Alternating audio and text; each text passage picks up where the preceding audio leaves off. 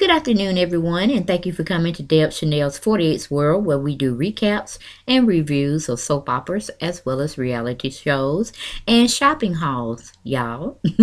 I just added that to my channel. Hold on for 1 second.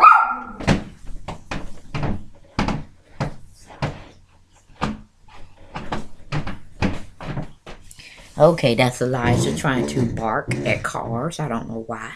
I wish he stops. But again, thank you for coming to Deb Chanel's 48's World. Today we're going to be going over The Bold and the Beautiful. And girl and gentlemen, it was hot today. It was piping hot, honey. Secrets are exposed. Revelations are made. And revenge is on the table. Okay, to be served up cold. Here we go, guys. For May 6, 2016, Friday afternoon, Eastern Standard Time, I got a chance to look at The Bold and the Beautiful that aired at 1:30 p.m. First off, let me give you a little summary of it. Caroline regrets her conversation with Katie when she's pressured to come clean about a secret. Of course, you know baby Douglas is the secret and Thomas is the father. Then we go on to Deacon learns the hard way that Quinn is still hung up on her relationship with Liam / Adam. Quinn / Eve. You had to follow the story to get those dynamics. But anyway, we go to the first scene of the day. Started at Forrester Creations. You have Caroline and Katie. And as you know, we're always recapping from the previous episode. So again, Caroline is trying to silence Katie about what she just told her. In essence, yesterday's episode, Katie came in there acting like she knew everything. And she pretty much did know 99.9% of the story between what Ridge and her, pretty much was keeping about baby Douglas, but she didn't have that one little piece that would make the whole puzzle picture perfect. She thought, from what Ridge had told her, that he got a donor to impregnate Caroline to have gotten them to, have a baby. But in fact, he lied. Little white lie, I tell you. They always come back. Always come back to hunt you. So while he was throwing out the dirt, he should have threw that dirt out too, that Thomas was the father. But anyway, with, brief conversations between Caroline freaking out and not understanding why Ridge wanted her to keep the secret, but then he's going to go tell everybody. And definitely outside of the family, which they're family in a sense, but I'm talking about their immediate family, which was her, Ridge and baby Douglas. So he broke the pact, but he really didn't break the pact. He just told some of the pact. So that made her think that, okay, she could spill the beans too. Quite a relief off her chest. But now the whole thing is to who's going to tell Thomas, since Ridge is letting other family members know. So she thought that Katie actually knew that Thomas was the father, but she blurted it out, and then that made Katie have like an eye-opening experience, a euphoria or epiphany. She's like, wait a minute now, Ridge told me you had a donor. So you trying to tell me Thomas is actually the baby? And see, that's when shit hit the fan. She's like, oh, I don't say it too much. And so she was trying to silence Katie. But Katie was back on her horse, and she was like, we finna ride right on back down there to Ridge, and we finna do some cussing out, because I'm finished. I'm done. This secret is not going to be held anymore. Either y'all tell him, or I'm going to tell him. So she was like, pretty much, just told, she need a Valium, pretty much. She need a Valium, and somebody need to come get baby Douglas, because she's off her rocker. She don't know which way to go. She's in a tornado spin, guys. But we leave that particular excerpt, and we go to Ridge, Thomas, and Rick. Okay, Thomas is telling Ridge he needs to take a break. They have laws now that fathers can take maternity leave either, but it's paternity leave for them. So Rick is chiming in on him, saying, yeah, me and Thomas can handle this. You can sit in the background and sit and raise your child. Got it going on. He does the advertising side. No, he does the drawing and design side, and I do the advertisement, and we got revenue coming through the door. See, Rich, we really don't need you. So, yes, please take that paternity leave. When can we set you up for that? And Rich looked at him like, I'm not amused with what you're trying to do. And no, you're not going to get me out of the company that way, brother. And guess what? No, I'm not leaving the office. I'm here. I'm here to stay. So then we go on to Bill and Liam. Bill is pretty much welcoming Liam back to the office. I don't know what the dynamics are because, Wyatt is pretty much still on honeymoon time. And, he's trying to stay and keep some fires burnt out over there because Steffi is not back at work either. She's still in a turmoil or tornado spin of, them solidifying their union and not, diverting from what they promised each other on their wedding day and, the bond that they have made for one another and the commitment. So we haven't heard that neither one of them are back at the office. So I guess they're still honeymooning and trying to get over all the mess that was with Liam and Quinn and that whole debacleness. So basically Bill's welcoming Liam back at the helms and telling him he'll always have a job here at Spencer locations and we need him to get back in the saddle so he can have some normalcy type environments where he's comfortable in and just so he can not stop thinking about a lot of different things. And so he's updating him that they're still looking for Quinn, this, that, and the other, so don't worry about it. And he's got this weird look on his face like he want to tell his daddy something, and his daddy notices it and he's like, if you got something on your mind, just tell me what's going on. But then we move on from that situation. We go to Quinn and Deacon is asking what did she do to Liam, was the reason why she had to escape and come back. So he's thinking, she done did another foul move on Liam. But she's like, I ain't do nothing. I just told him what was what, that I still love him, I still care for him. But in essence, she's speaking as Eve, not Quinn. And she's telling this, I guess, whirlwind that she's still Eve and she really loves him and this, that, and the other. And of course, Deacon is like, I can be your lover. I can be your friend. You don't need this. You need to get the hell out of town before they come put you in jail. And you don't want that. And she's looking at Deacon like, I wish you go on. Go jump back off that cliff that I pushed you off of. And this time succeed. Die. Die, Deacon, die. But we go on from that situation. We go back to Bill and Liam. Bill is telling him, hey, I know you're upset with Quinn, this, that, and the other, but we're going to find her, bro. We're going to find her. So he's still on that little notion. We leave him. We go to Ridge. Ridge says he's not taking no paternity time, so they can just cancel that one.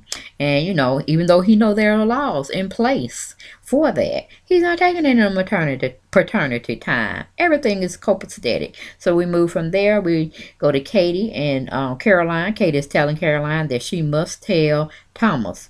She can't keep this secret any longer. He's already missed so many months of him being and acting like his father. You can't keep damaging the young man thinking that that's his baby brother when he really feels more stronger feelings for that child. And you know why he feels it, because that's his son. So you can't keep doing him like that. I won't allow you to do him like that. So get a hold of yourself and get things together and somebody tell him between you and Ridge, because I'm telling you, if you don't do it, I'm going to do it. So we go to commercial.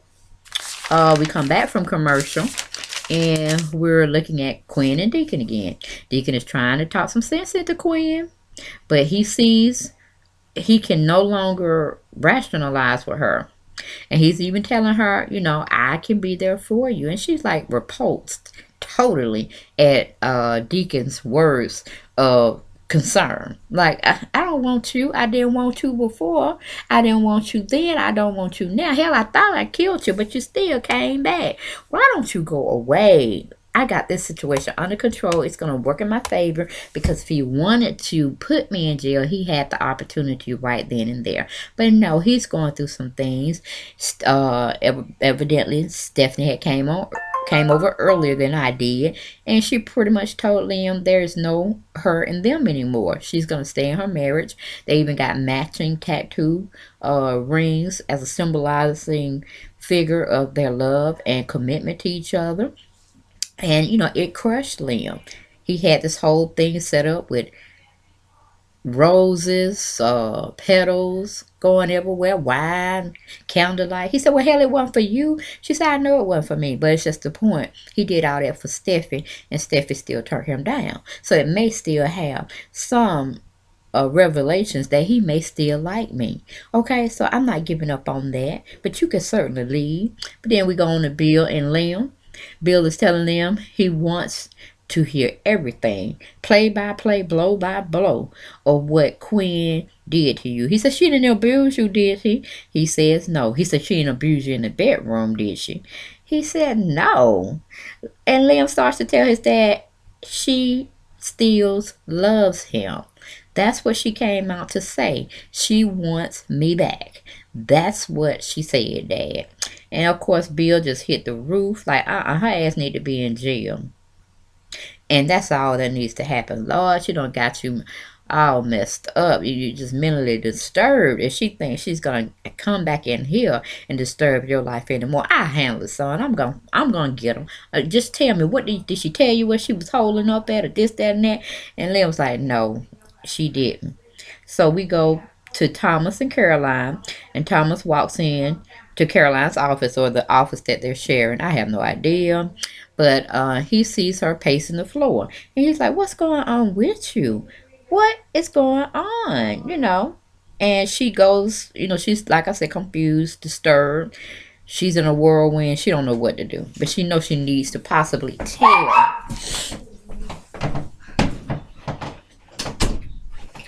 She knows she needs to possibly tell him. She just don't know how to tell him. And it's just upsetting her.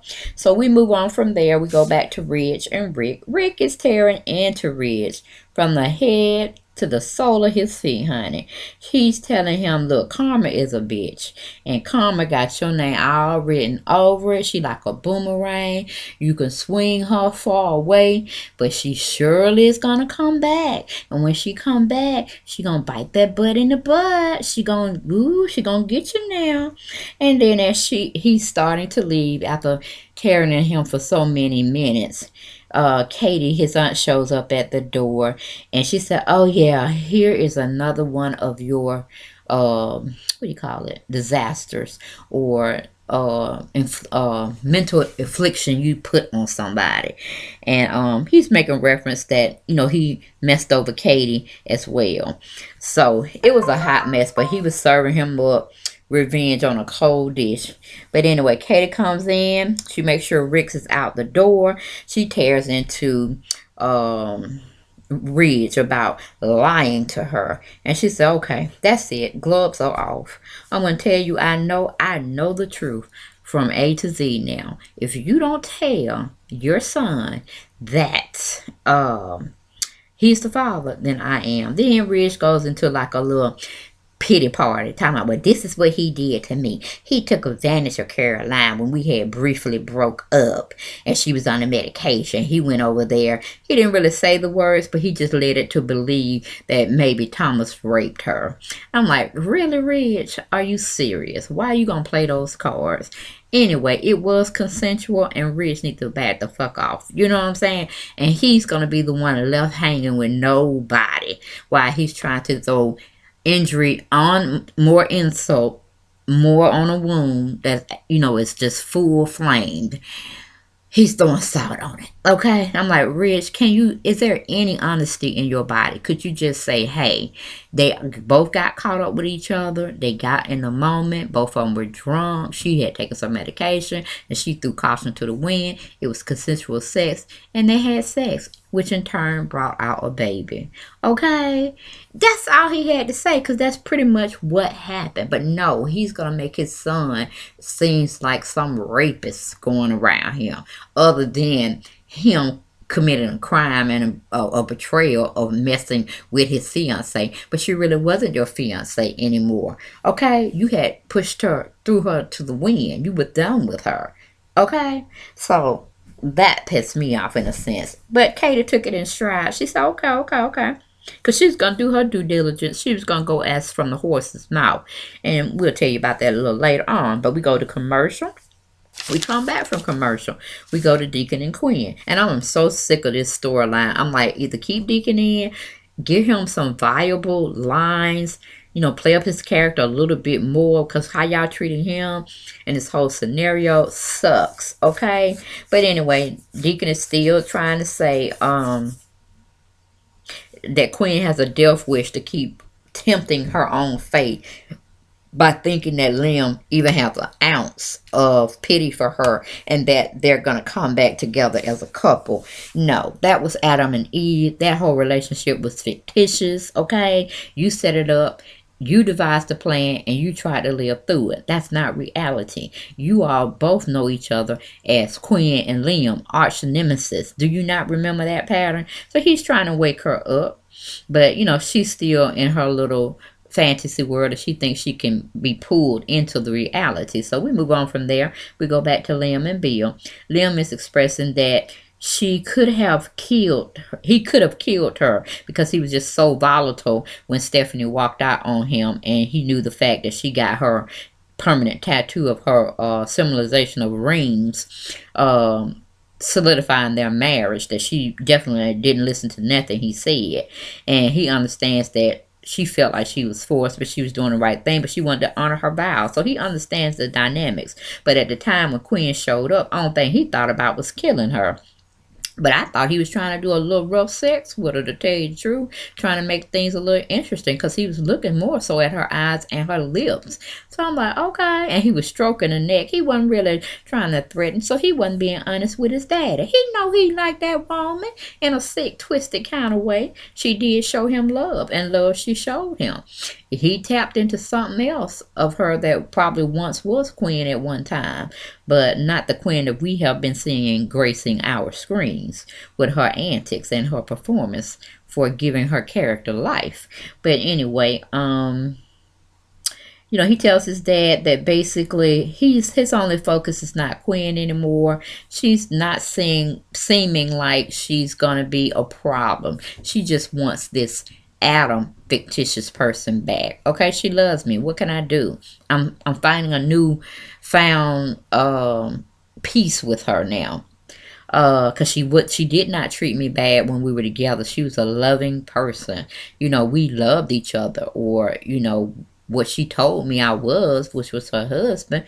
We were loving on each other. There was not a mean or devastating moment. She did not try to hurt me. She was just nursing me back to health.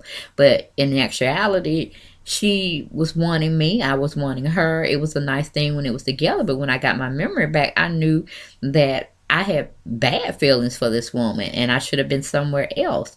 I should have been married to Steffi. And right now, I am mad about that. And I'm telling you, Dad, I want my life back with her. And that's the only thing I can think about. Forget Quinn. You don't need to put your goonsmans on her anymore. We know she's still here, and we know she wants me. Is that a endangerment, or am I in danger? Do I feel I'm in danger? No. I just can't give her what she wants. So we move on from there. We go to Katie and Ridge. Katie's explaining to Ridge how she found out. And Ridge is telling Katie how Thomas had sex with his wife, when they basically weren't together. And Thomas doesn't know he knows about the sex with his Caroline. And Katie tells Ridge, hey, you have to tell. You have to tell it all. That you know about the infidelity, but technically it wasn't infidelity because they weren't married, and they had broken up. So it was a rebound thing. But yes, no, he shouldn't have been at her like that. He should have held on to his feelings and let, the relationship resolve itself. And if he wanted to go chase after her after some months or whatever, then so let have, We go from that scene, we go to Thomas and Caroline. Caroline was just getting ready to tell him when Ridge walks into the door or into her office, and he could see she's all torn up. She's in that tornado whirlwind, and he like, baby, just forget it. I'm going to take this pressure off of you, and we're going to be done with this once and for all, because it's, that's what he was telling her through his eye motions. So he asked Thomas to come with him right now because he needed to discuss something very intimate and personal with him. And Thomas followed suit. He went on out to the office, his dad's office, so he can pretty much dictate what he wanted to tell him or whatever, inform him of. So he gave her a loving smile and he closed the door and we went to commercial. When we came back to commercial, we had Quinn by herself. She was looking at her camera phone or her phone, and she had a picture of Liam when they were together. And she was mesmerizing and remembering the good times with him as when they were fictitiously under the names of Adam and Eve. And she was looking lovingly at his picture. Then we go to Liam. He's pretty much doing the same thing, but on his camera phone, he's remembering Steffi. So he has a picture of her, and he's wanting her back, and that's his driving force for living right now. So then we go back to Katie and Caroline. Katie is going back to see Caroline and to try to comfort her and console her and let her know that what is going on between Ridge and Thomas in Ridge's office, he's going to tell him the truth, all of it. So don't worry about it. You didn't, trying to tell her she didn't do anything other than not telling Thomas that, that he's the father and trying to deceive him in that way. Other than that, she wanted to check on and make sure her nephew Thomas did not take advantage of her. And honey, she jumped up out the seat, like, no, he didn't take advantage of me. I'm like, I know, honey, you enjoyed that little moment. Because that's your age range, and that's the man who you need to be with raising baby Douglas in the first place. Not old ass Ridge, not an indecisive Ridge, or who he want to be with this season. Come on. But anyway, she goes on to tell him, well, I'm glad that Ridge just embellished with that. And that Thomas did not take advantage of you, like rape you, or this wasn't consensual sex. So she confirmed that it was consensual, and no, Thomas has been nothing but loving to her. So she was very pleased with that, and she went on and tried to console her, like, hey, we're going to get through this as a family. Don't worry about that. So we go into the last and final scene, which is between Thomas and Ridge. Ridge, both men are coming to grips that they haven't been the ideal father or the ideal son. And we're strictly talking about past events, okay? And Ridge go on to tell him, okay, so you're saying you forgive me and I forgive you, but it's another issue we're going to have to talk about. He goes in to tell Thomas, look, I know what happened between you and my wife, Caroline. I know that you forced yourself on her by having sex. And then Thomas was like, like his head got caught up in deer lights, or he was like a deer caught up in headlights, I should say. And he's like, well, Dad, no, I'm sorry about that. I'll never do this. Just pretty much pleading, pretty much how he tried to do with Brooke back in the day when they got lost at sea in some cave, and they had ate some hallucinatory type berries, and Thomas was falling for Brooke. Whole scenario again. If you were a true follower of other soap operas, in this particular one, The Bold and the Beautiful, you understand what I'm saying. But I'm sure they have archives of that where you can go and maybe look at them in your spare time. But yes, Thomas has this pattern of kind of chasing after his daddy's women. Okay, so just a little FYI right there. But speeding us on back up to the future, he tells his dad, no, I'm sorry, Dad, I did. He said, well, okay, whatever. Let me tell you this little piece of the thing. Douglas is my child. He said, I know that's Dad, this, that, and the other. But he goes on to tell him that one night you had with my wife, that's how Douglas got born, in a sense, is what he was trying to tell him. Because he didn't really come straight out and tell him, but he was setting him up far as follow the leader. Follow what I'm talking about. Listen. Don't look. Just listen to the words of my mouth and where I'm going with it. So pretty much, Thomas took the hint and he figured it all out in the little words that led up to him describing the intimate thing that he know took place. He said, yeah, okay, you got it now. He like, so you trying to say Douglas is my... No, that's not what I'm trying to tell you. You just donated the sperm, honey. You are my donor, but that baby is mine. So I'm like, God damn, Rich. Didn't Katie just tell you in reality, you are the grandfather. We don't care how that baby got here. We know the two players in it, but you will always be the grandfather. Thomas is sound mind and body able. He's not some crazy person that needs to be put up in a mental institution. He's not a person who's poor, can't raise his child. Give it up, Ridge. You don't have anything anymore. If Caroline wants to be with you still, then so be it. Okay? But that child is Thomas. It's not yours. Okay? You have another daughter. You have Thomas as a son. I'm sorry. Adopt you a child, okay? But the baby is Thomas. So Thomas is pretty much looking like an idiot because he got dogged out and then he got, said something wonderful that he's always been wanting. But with that, he's going to try to take Caroline too. I just have this little weird feeling he's going to take it all. But y'all, that towards the end, the Bold and the Beautiful gave me my life of entertainment, honey. Everything was just unfolding itself, and I'm now waiting for Quinn to drop the bomb that she's pregnant. But that is not neither here nor there at this time, okay? Well, I'm just waiting. So that was my review of The Bold and the Beautiful, Friday, May 6, 2016, that aired at 1:30 Eastern Standard Time here in Atlanta, Georgia. I hope y'all liked my narration, my visuals, and my commentary of this whole episode today. Because I'm telling you, it gave me what I wanted. It was a different spin because we were so used to the Avant family giving us all the entertainment. But honey, now we back at the Spencers and the Forsters cutting up. Yes.